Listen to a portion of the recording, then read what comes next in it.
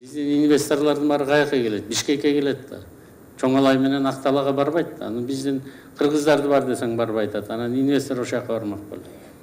Демек сиздерге, инвесторлорго эң ыңгайлуу шарт Кыргыз Республикасы боюнча Бишкекте түзүлүш керек.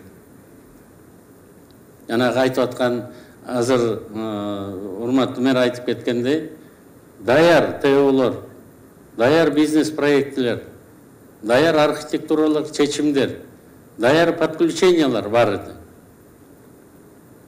эди. Биз инвестор келсе айтабыз, ал байкуш бирөөнүн жерин сатып алат, андан кийин башталат. Бишкекте площадь.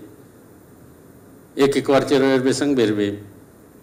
Ошо аягына чейин бүткөн. Бишкекте площадьтин ал бойлерине чейин бүт баары тең, акча бермейинче бүтпөйт. Өзүм башыман өткөнүн айтып берейин силерге. Атасы Бишкекте площадьте иштейт, баласы берки компанияда. Ал компанияны албасаң, сени подключать этпейт. Ушундай круговой поруканын баарын жокко чыгарсын деп, азыр мына сиздерге тапшырма берип атабыз. Карап чыккыла ошол жердин баарын. Бишкек водоканалын бербейт, мощностьтун баары. Мощностьтун баары бир жерде болуш керек.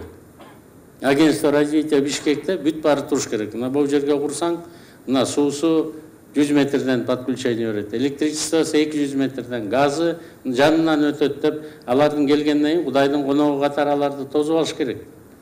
Куда тоскондой эле. Тосуп алып, бүт болгон аракетибиздин баарын жумшап, аларды бияктан кетирбешибиз керек.